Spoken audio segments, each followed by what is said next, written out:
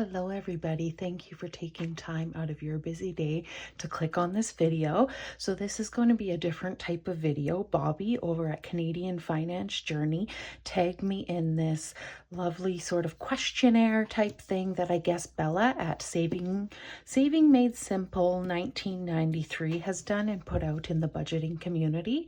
Probably just to get to know budgeters better, especially maybe new ones, people you've never checked out. So thank you, Bobbie, for the tag. I appreciate it. I did print it off. I did write down a few answers, but yeah, let's just go through it and see how we get on. I haven't thought too much about this, so hopefully it won't be too wordy and too long. So the first question is, how long have you been budgeting? And actually, I do have a video coming up going over that, but I kind of started budgeting around late 2021, early 2022. So yeah, like over what, close to 3 years now, roughly. So yeah, that's about how long I've been doing it for. Second question, and there's sort of two parts. So the first part is, do you remember your parents budgeting their money as you grew up? So yes and no. So my parents did introduce me and my siblings to money fairly early.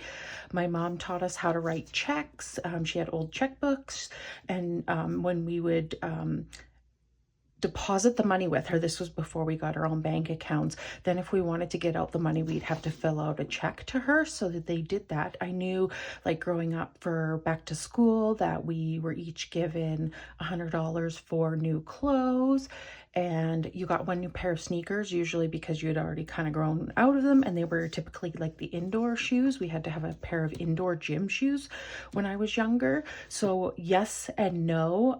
My parents never fight about money. They always discuss money. My mom is the one who does the books, but my dad is very much aware of everything. So they are on the same page when it comes to money, and have been my entire life. So, and they still continue to this day. So the second part is, do you think that the way your parents handled money has had any influence on how you currently handle money? I wish I could say yes. My parents are fabulous savers. They're not big spenders, but by nature, I'm a spender. I started babysitting when I was 12, so I was making my own money, and I was making pretty good money. There wasn't a ton of girls around my age in my town that were babysitting, so I was babysitting a lot, and I could just spend that money pretty much however I wanted to. So yeah, by nature, I'm a spender. Obviously, they did teach me lessons. Like I've known about RSPs. I've obviously known about savings. I've known about like things like you're needing your insurance and paying for gas. And I did have to pay for gas and my insurance when I was 16 on the car. They bought the car, but then it was handed down to my sister later. But yeah, I've been taught a lot about money, but unfortunately, the lessons that they themselves didn't really hit me, I guess, or make me want to change my ways until a few years ago.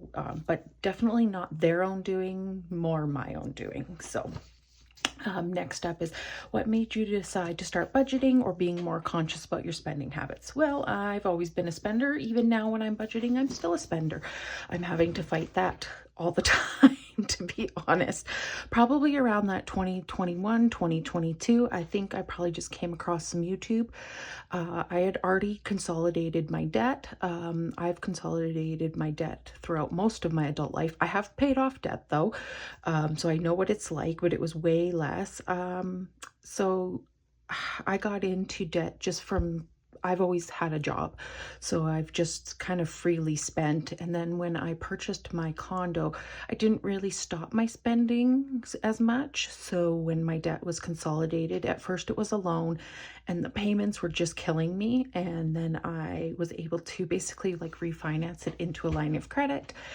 And then I really wasn't too serious about paying it off. So it was kind of around that late 2021, 2022. I think I just saw some YouTube stuff. It fed it to me, and that's when I just started in 2022, really ramped it up in being more conscious about my spending habits. So, and I've always paid my debt. I've never had late payments on anything ever. I've always made rent payments. I've always made my mortgage payments now that I'm an owner. So yeah, it was just, yeah, I'm a spender by nature. So, and I think I was trying to fill a hole that consumer goods did not film. I'm sure I can't be the only one out there. So number 4 is, what were your financial goals heading into 2024? I actually have a video about this, and I do review my goals, but the one was to pay off quite a bit of my line of credit, to save for an emergency fund. There were also, there was some personal goals, like to exercise a minimum of 4 days a week, to go on one date, as I have been single for a long time. So yeah, I do go over those in a video. So yeah, watch out for that. And I did achieve some of my goals. I have paid off way more on my line of credit than I thought. I've been consistently exercising. I go between about usually 5 to 7 days a week, and most of the time, like, some of those days are just like a simple yoga. It's nothing too crazy. So yeah, so yes, I have achieved some. So next up is, what is your favorite budgeting game or savings challenge to play? I really like a lot of them, actually. I think just in my binder here, where I've just started setting aside money, and then I just kind of use the dice as random. So these are just the challenges I have right now. If you've ever watched my channel, most of them are from that Budget Lux. And then we have one, yeah, I think we have 2 from one from Kayla at Budgets of Bloom, and then one from Southwest Budget. So I think that's kind of been something I've gotten into because they aren't as high dollar values, and a lot of them are funding my sinking funds. So when I complete them, I can just put the money in my sinking funds. So I would say those. What is one purchase you made this year that required careful budgeting for? Well, it wasn't really one purchase, but it was when my sister got married. So I basically started saving a little bit as soon as I found out that she was engaged. She got engaged last February, and she had some personal things going on, and they weren't going to get married right away. So I started saving for that because I knew I wanted a new dress, potentially new shoes. I knew it was going to be a destination wedding, and when I say that, I don't mean in a tropical location, just I knew it wasn't going to be around where we live. They really like the mountains, so kind of figured it would be somewhere like that. And so yeah, I just kind of set aside money, and then I did like, I found a couple dresses on Amazon, sent them back. A few of them didn't work. Finally found one I liked. I did get a new pair of shoes, but I can wear them all the time. They're just simple nude color, sort of like sandals that have a higher heel on them. So I would say just overall, the whole wedding thing, I saved money for a gift, etc. Was budgeted for, and was budgeted for quite a while. So next up is, what are your top three favorite budget related shops this year? So Kayla at Budgets of Bloom, Little Potato Saver, Jen is also a Canadian. I always link everything I use down below. So I do know for sure that those 2 are ones that I really have been sort of supporting lately, and I do use a lot of Budget with Ira's stuff as well. I haven't bought anything, I don't think, this year from Ira, but well-made stuff always. So next up is, what are your top 3 favorite budgeting channels to watch this year? And so because Bobbie tagged me, I actually really do enjoy watching Bobbie over at Canadian Finance Journey. Yeah, go check her out.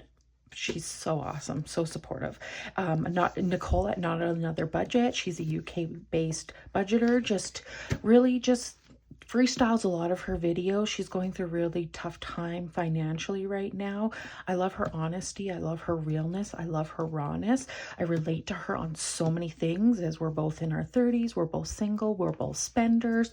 I just relate to her so much. So if you like somebody that's not like all perfect and aesthetically perfect and is real, go check her out.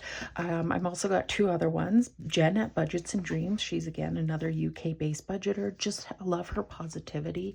She's always so positive, but she's real. And again, not everything is like aesthetically perfect. I know that there's budgeters out there that you'll see their setup and you're like, oh, I just love that. And their envelopes are always aesthetic, and that's great. But I just sometimes love those real people that just show you, yeah, this is me. And last but certainly not least is Iris Budgets. She makes amazing products. I actually do have one of her binders here, and I do plan to use it again at some point.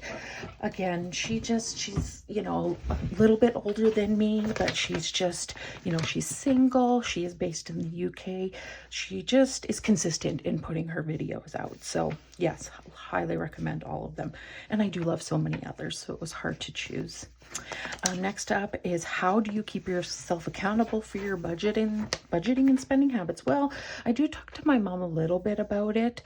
She is aware kind of my goals and my budgeting. And I would say here on YouTube, I don't have a partner that I can go to. I do talk to like a friend a little bit about sort of like goals and sort of budgeting. And, you know, she's not judgmental. Like when we go for coffees or something, if we go for walks, like, you know, she's a mom of 2 young sons, so like very conscious of that. So yeah, I would say mainly YouTube.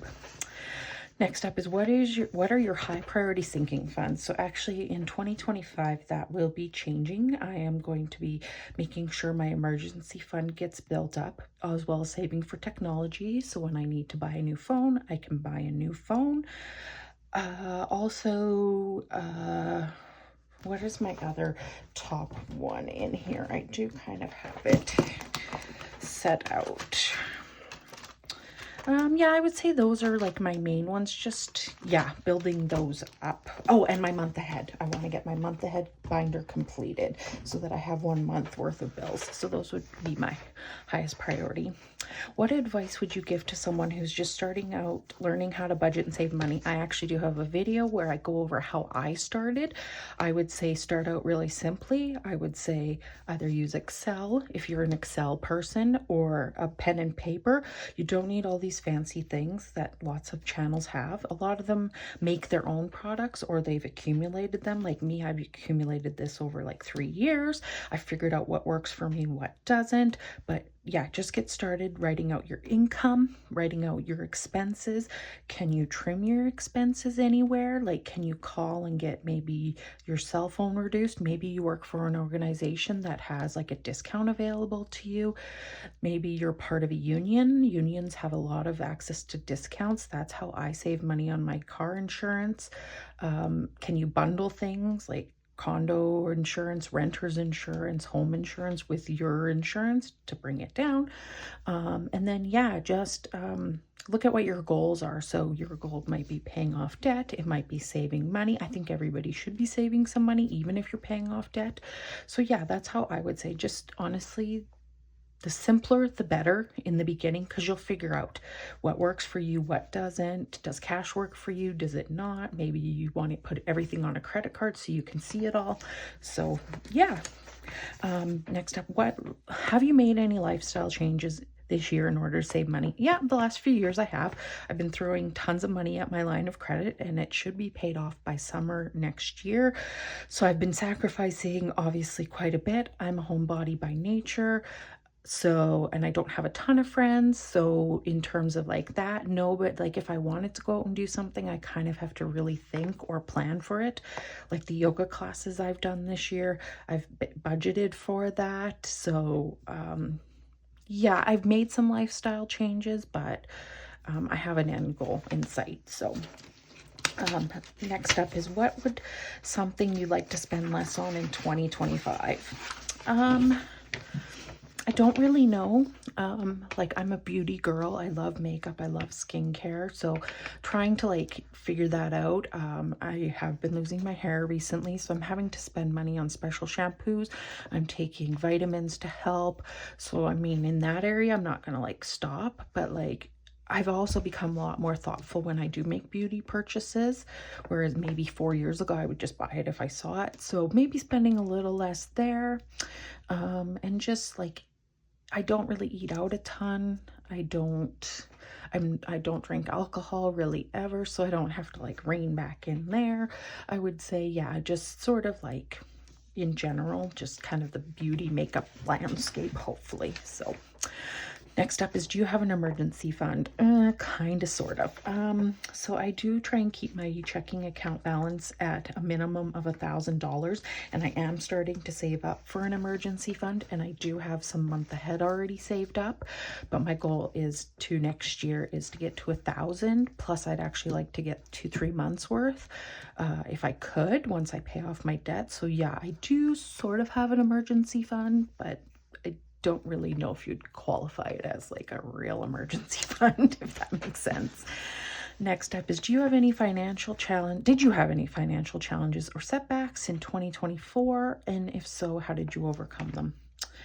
Well, yes, I think I did. I have been on this journey of paying off debt and budgeting for a while, and there'll be months where I'm doing really good. I'm not spending a ton, I'm not wanting to, and then all of a sudden that spender in me just wants to go and spend a ton of money, and it's not a particular season, it's not a particular sort of thing. I think it's just that, like, you get doing something for a long time and then all of a sudden you're like, oh, I don't want to do this anymore. And so, like, I've had some areas where maybe I've overspent quite a bit, where I maybe shouldn't have, but I didn't go into further debt to do it. So and just, yeah, I think just in general, that would be it. Just that mindset of like, I can see the finish line in sight, but like, I'm doing everything and I'm, right, I guess you could say. And yeah, so, yeah, I've had those moments and those times where I've spent money. And so I just kind of remind myself, okay, let's like rein it back in. Let's stay on track.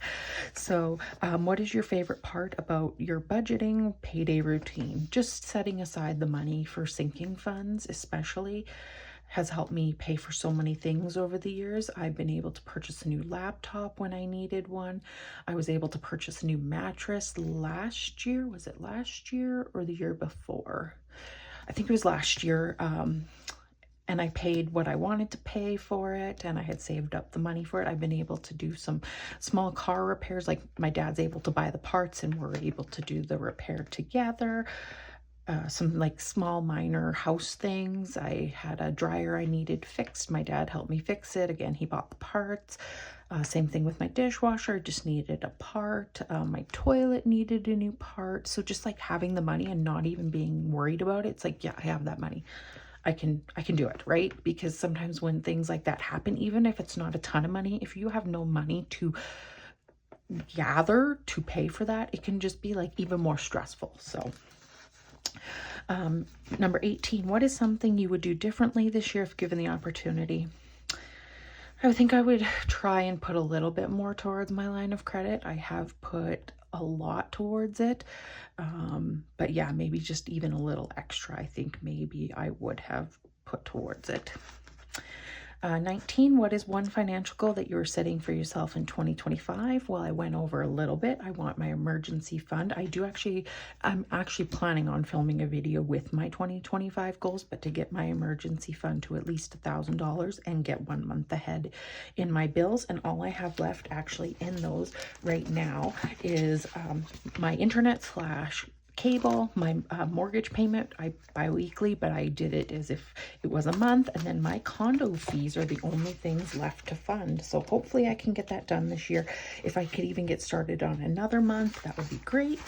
And last but certainly not least, it says, what 3 channels would you like to see answer these questions? So I mean, I would love everybody to answer them, but I'm going to say Becca over at Budgeting Bee. She's a Canadian. She's actually a UK based budgeter, and yeah, again, like, just I love her attitude. I love her check-ins. I love that she's like really defined her goals in what she wants to do. So yes, Student Budgets, Daniel over at Student Budgets, he's a UK budgeter as well, and obviously from like a different perspective of somebody who's young and getting a handle on their money is so refreshing. And it's like, oh, what I wouldn't do to go back and slap myself and make myself do better decisions. And then last but certainly not least is Southwest Budgets. She created the lovely Save the Ton. And yeah, she's fairly new to YouTube, so that's why I would love to know what she has to say. So yeah, that is my 20 questions. Again, I was tagged by Bobbie over at Canadian Finance Journey, and these questions are from Bella at Saving Made Simple 1993. I will be sure to link everybody in the description below, and I hope you enjoyed this chance getting to know me better. If you are wanting to do this, I highly recommend it, and if you do, let me know and I'll check you out. All right, I will catch you on the next video. Bye, everybody.